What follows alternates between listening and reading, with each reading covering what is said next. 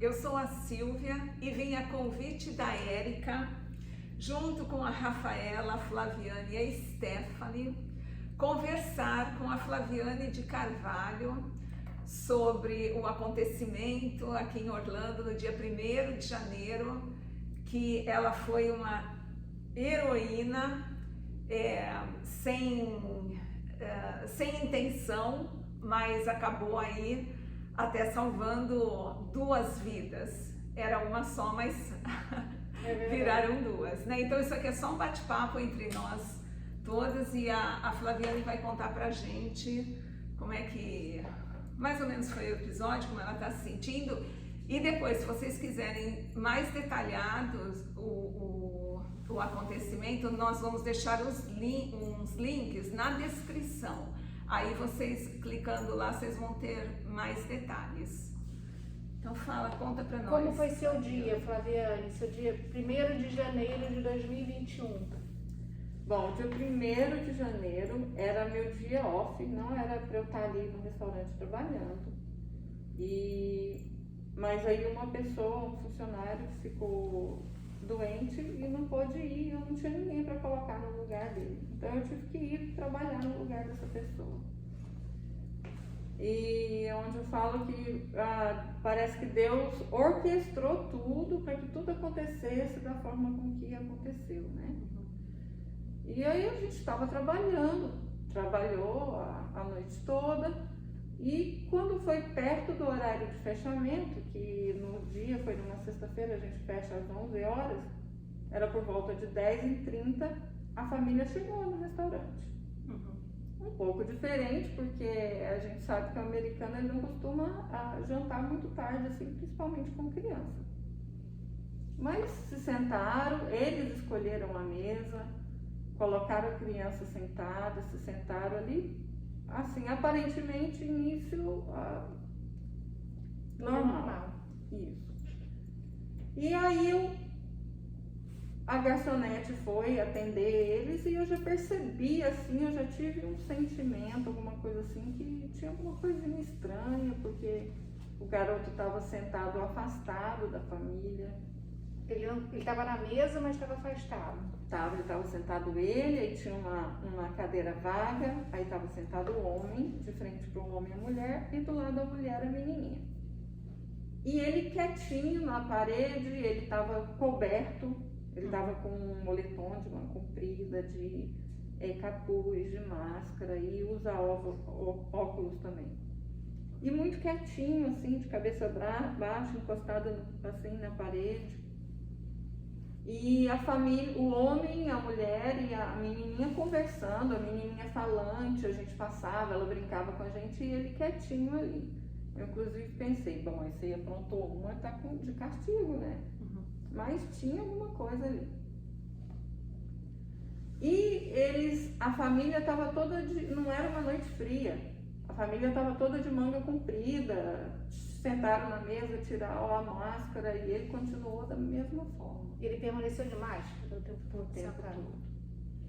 E aí a garçonete veio, fez a ordem deles e quando a comida chegou na mesa, eu vi que estava faltando, na minha percepção, estava faltando um prato, porque eram 4 pessoas, eles pediram 2 comidas, 2 refeições para adulto e 1 refeição para criança. Então eu aproximei da mesa, que é parte do meu trabalho, checar se está tudo certo. Sim. Eu aproximei da mesa, perguntei se estava tudo certo ali, ele disse para mim que sim, que estava tudo certo e que o menino ia jantar naquela noite em casa. Aí nisso eu me assustei, porque não é normal você sair com 2 crianças, dar comida para uma e não dar para outra.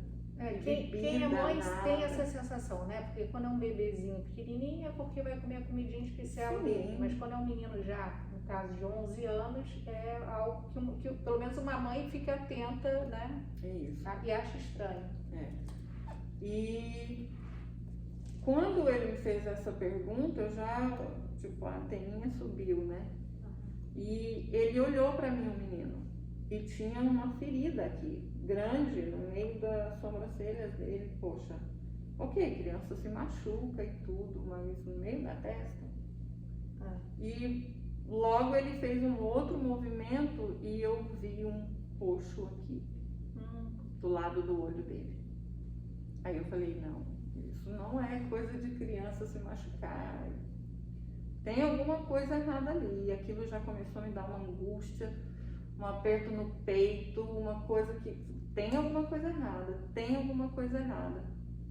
E ele ficou sentado de frente a um corredor que a gente tem.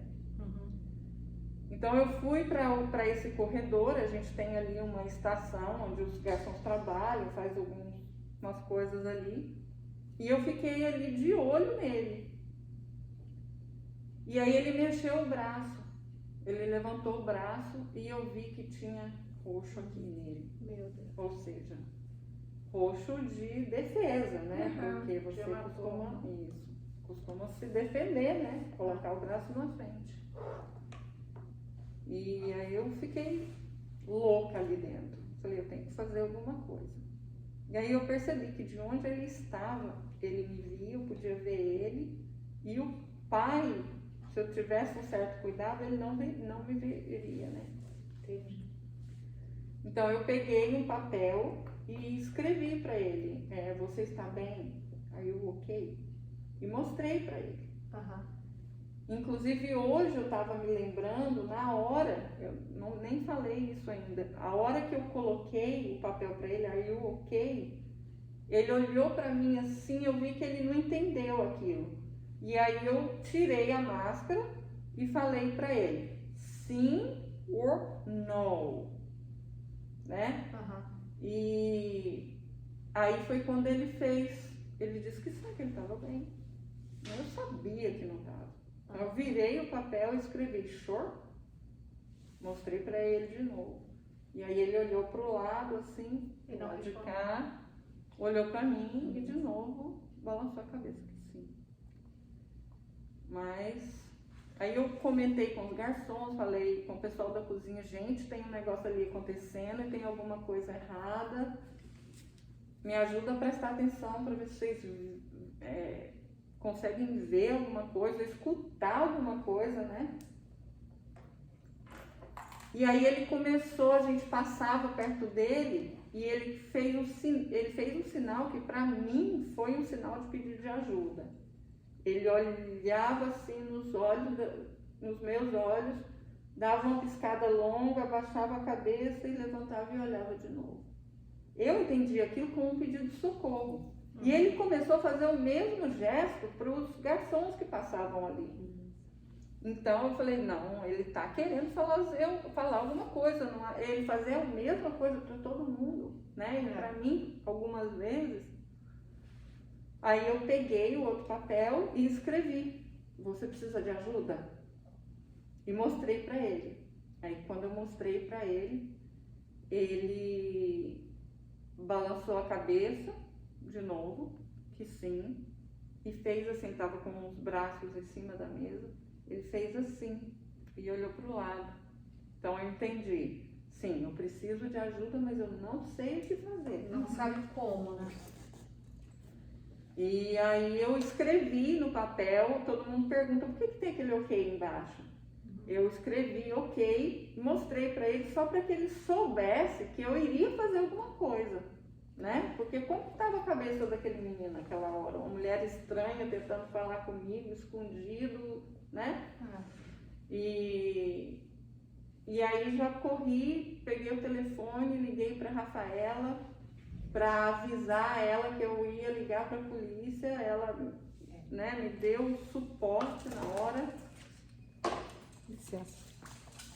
Falando que sim, era para eu ligar para a polícia e tudo. E aí eu peguei o telefone, fui lá pro fundo da cozinha para que ninguém não tivesse chance, né, de me ouvir, de nada. E aí liguei para a polícia e contei o que estava acontecendo. Aí logo depois a polícia chegou e tomou conta do assunto. Aí eles sabem o que fazer, né? Não tem que... E fizeram de uma maneira, assim, boa, sabe? É rápido, é eficiente, né? E tudo se resolve. Sim, sim. É interessante, assim. E hoje, depois de tudo isso, né? Porque já passaram 20 dias depois disso, né? Você teve contato com as crianças, você teve notícia do que tem acontecido? Não, eu não tive nenhum contato, mesmo porque o Estado protege essas crianças, né? Elas não podem vir a público e tudo. Mas sim, eu fiquei sabendo que, graças a Deus, agora ele está bem cuidado, ele está com uma família que está cuidando direitinho. Ele estava, a gente na conferência ficou sabendo que ele estava muito abaixo do peso, então que ele já tinha ganhado peso e que estava bem. A salvo, graças a Deus. Ele está com uma família ou ele está em algum abrigo? Ele está com uma família de foster care. Tá. Essa família era americana e morava aqui em Orlando, não? A família do garoto? Do menino, Eles são americanos e também todas as informações que a gente teve depois do caso foram os policiais que disseram pra gente na conferência de imprensa, né? Uhum. Lá na polícia. E eles disseram que eles são americanos, eles são do Alabama, né? Uhum. Eles são do Alabama e moram aqui desde março do ano passado. Uhum. E ele era padrasto do menino? Do menino. E pai da menininha. Pai da menininha, e parece que você estava me falando que a mãe está grávida novamente. Isso. Eu não sei se eu perdi alguma parte. E quando a polícia chegou, como é que a polícia abordou a mesa? Quando a polícia chegou, eu estava esperando ali do lado de fora do restaurante. Então, eles pediram para que eu não entrasse, porque eles não saberiam qual seria a reação dele, né? Principalmente comigo. Uhum. Mas deu para ver ali de fora, assim, que eu não ouvi o que eles disseram, mas deu para ver que eles entraram, se aproximaram da mesa, se identificaram. Eram 3 policiais, 2 ficou ali conversando com ele e um saiu para fora do restaurante com o menino. E começou a conversar com ele. E eu percebi, assim, não escutei, mas eu percebi pela linguagem corporal que ele estava tentando, assim, ganhar a confiança do menino, né? Uhum. E conversaram ali um pouco e ele de máscara, de capuz, de óculos. E o policial pediu para ele tirar o capuz e a máscara. E ele tirou. Ele tirou assim e deu para perceber. Nas câmeras depois a gente viu, ele tira assim com cuidado, devagar, com quem estava sentindo dor. Uhum. Ele tira o capuz, pega a máscara, tira a máscara devagarzinho. E aí deu para ver que aqui assim ele estava muito machucado. Tudo roxo. Tudo roxo. Aqui tudo. E aí o policial pediu para ele levantar o braço, a manga, para ver o braço. Ele primeiro levantou até aqui, o policial pediu para ele levantar até em cima. O braço estava da mesma forma, todo roxo.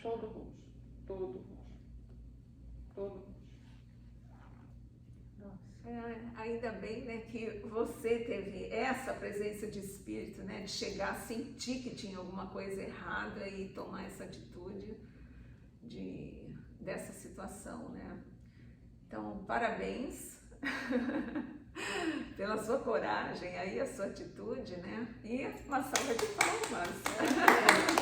E de parabéns também, né, que hoje está aniversariando aí. Obrigada. Mais um ano de vida e gratidão pelo seu tempo para vir aqui conversar com a gente a respeito disso. Flaviana, eu queria, assim, em nome não só, né, das mulheres, né, do grupo Mulheres em Orlando, mas assim, da nossa comunidade brasileira, te agradecer, te transmitir um pouco do nosso amor, do nosso carinho, porque assim, todo mundo sentiu, né, foi uma notícia que chocou a todo mundo. E que isso sirva de alerta para todos nós. Por quê? Porque às vezes as pessoas estão do nosso lado, estão precisando de ajuda, né? Então é preciso que a gente esteja atento a tudo, né? Eu queria que a Rafaela falasse um pouquinho, Rafa, sobre o que você me falou, da importância que desse assunto que se transforme em comoção mesmo. E que fale também da retribuição dos americanos, como os americanos estão se comportando em relação a esse caso. O principal motivo, quando isso, como a gente estava falando de cronologia, tudo aconteceu no dia 1º de janeiro e não foi passado para a mídia. Chegou um momento que o departamento de polícia entrou em contato com ela e falou, olha, agora a gente vai tornar isso público e a gente queria saber se você quer contribuir, né, em se expor, porque é uma exposição, né, de colocar o caso, mas a gente gostaria muito que você fizesse isso, porque a gente precisa criar uma conscientização das pessoas, que elas saibam o que uma atitude de uma denúncia dessa, por exemplo, pode acarretar, que no seu caso você salvou a vida de uma criança. Então, para incentivar que outras pessoas falem, porque a gente que trabalha com isso, né, o policial falando, a gente trabalha com isso, a gente sabe de muitos casos de pessoas que presenciam, que desconfiam, ou que têm certeza, ou que viram e não vem e não fala nada, porque tem medo, porque tem receio. Então isso é muito importante. Então, primeiro, essa conscientização precisa haver. A outra é que existe um sistema judiciário que tem as suas falhas, não é um sistema judiciário perfeito, e que existem brechas, e que obviamente esse casal, eles vão ter o direito à defesa, por mais horrendo que seja o caso, eles vão ser defendidos por alguém, e que também precisa se ter uma comoção pública para que haja uma pressão nos juízes, nas pessoas envolvidas, para que a gente realmente consiga uma pena condizente com esse crime e que a gente que infelizmente não aconteça a questão da criança ainda retornar a essa família, ou que essa família, se é que a gente pode chamar de família, ou que esses dois monstros não retornem à sociedade tão cedo, porque a gente não acredita que haja uma reabilitação. Um ano, ninguém, né, enfim. Então a gente pretende que isso seja cada vez, né, mais discutido entre as pessoas, que a gente entende que toda vez que isso sai na mídia é uma oportunidade de alguém que leu conversar no seu break lá no trabalho com um colega de trabalho, no jantar com a sua família, porque a partir do momento que se coloca esse tema em discussão, há sempre aquela pergunta: o que você faria numa situação dessa? E quando você discute isso, o que você faria, se um dia você estiver numa situação dessa, talvez você já saiba o que fazer, porque você um dia já pensou, que é como as crianças aqui fazem aquele fire drill, né, na escola, que é o treinamento contra fogo, contra um terremoto, contra um active shooter. Por que eles fazem o fire drill?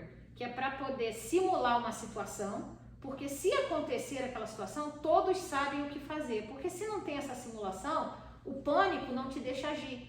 Então, se você faz uma simulação, você vai saber agir. E é lógico que quando você se depara com uma situação dessa, como ela estava, você fica em pânico, você fica com medo pela vítima, você fica com medo por você. Então, às vezes, você deixa de agir porque o pânico, né, não deixa. Então, se essa exposição do caso faz você refletir o que eu faria, sim, isso é uma preparação para, se um dia você se vê numa situação dessa, você já refletiu em cima daquilo e você vai saber como agir. Tomar uma providência, né? Tomar uma providência, exatamente. Então, assim, a gente entende que realmente a gente salvou a vida desse menino, mas que muitas outras vidas também podem ser salvas através do exemplo dela.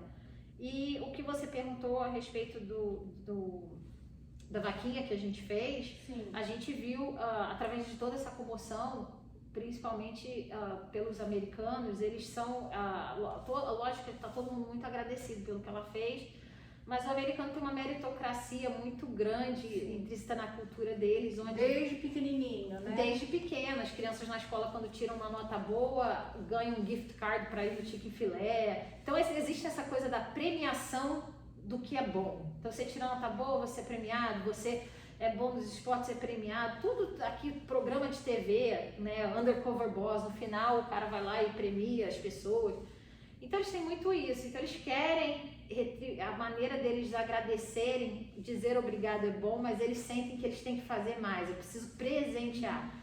Então começou a chegar flores, chocolate, ursinho de pelúcia e cheque, e dinheiro, e gift card, e muitas pessoas me perguntando como é que eu faço para retribuí-la financeiramente. Eu quero ajudar, eu quero dar um tip, uma gorjeta, como é que eu faço? Sim. Então, para facilitar, para ter um canal só e até para ser bem transparente, para que essas pessoas vejam mesmo que o dinheiro que elas estão mandando para ela está realmente chegando a ela e não está parando na minha mão ou parando na mão de nenhuma outra pessoa. Então, a gente criou uma vaquinha online, né, para que as pessoas, muitas pessoas perguntam, é para dar doação? Não é essa palavra, não é doação.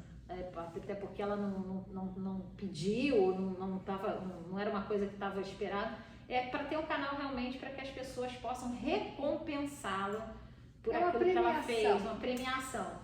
E a gente tinha que botar um limite lá, e aí eu coloquei um limite simbólico de $10 mil, que a gente a princípio já achou que era uma coisa assim muito alta, e para nossa surpresa, em 24 horas isso foi dobrado, chegou a $20 mil em 24 horas, e em 3 dias estava em 30 e agora já está em 40. E se as pessoas quiserem contribuir, como é que conseguem entrar nessa? A gente pode botar o link, né, para que as pessoas acessem. É o site do GoFundMe, que já é bem conhecido, né? Pode pesquisar pelo nome dela, só se certificar de que é realmente o GoFundMe oficial, porque a gente sabe que houveram outros, né, criados em nome dela sem autorização. Então só se certificar, e pode ir na rede social também do restaurante, que tem lá os links, e vocês vão disponibilizar o link embaixo do vídeo. Fala do Trust Account. Assim, e para as crianças tem um Trust Account, né? Não foi feita a vaquinha por conta de questões legais, e que hoje, há poucos minutos atrás, o nosso maior temor, a gente estava sentada aqui quando a gente soube dessa triste notícia. A questão de fazer um GoFundMe para as crianças, a maior preocupação que foi colocada pelos policiais a mãe, ela ainda é a tutora legal das crianças, e se fosse feita uma Trust Account, como eles são menores, caso ela viesse a sair da cadeia, ela ainda poderia ter acesso a esse dinheiro. Então foi criada uma Trust Account pelo governo, e essa Trust Account é para as crianças, e aí só as crianças que têm acesso, ou tutor legal, depois de tudo isso passar, né? Depois que for tudo passado pela justiça. Se fosse uma GoFund, ela poderia ainda acessar. E hoje agora que a gente ficou sabendo através da imprensa que ela foi solta. Ela foi solta, pagou a fiança e foi solta. $7.500, né? Isso. Então, se tivesse feito uma vaquinha para essas crianças, ela ainda poderia de alguma forma ter acesso. Exatamente, ter acesso a esse dinheiro que definitivamente ninguém quer que caia nas mãos dela, né?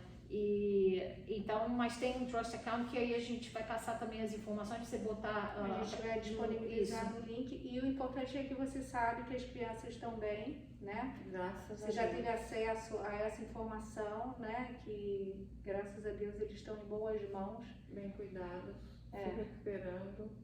E é isso, e assim, sem palavras para agradecer, você disponibilizar seu tempo, o dia do seu aniversário, mas a gente gostou muito de estar aqui pertinho e de poder transmitir um pouquinho desse carinho para você. Muito obrigada. Tá bom? Obrigada. Mais alguma pergunta? Pode falar.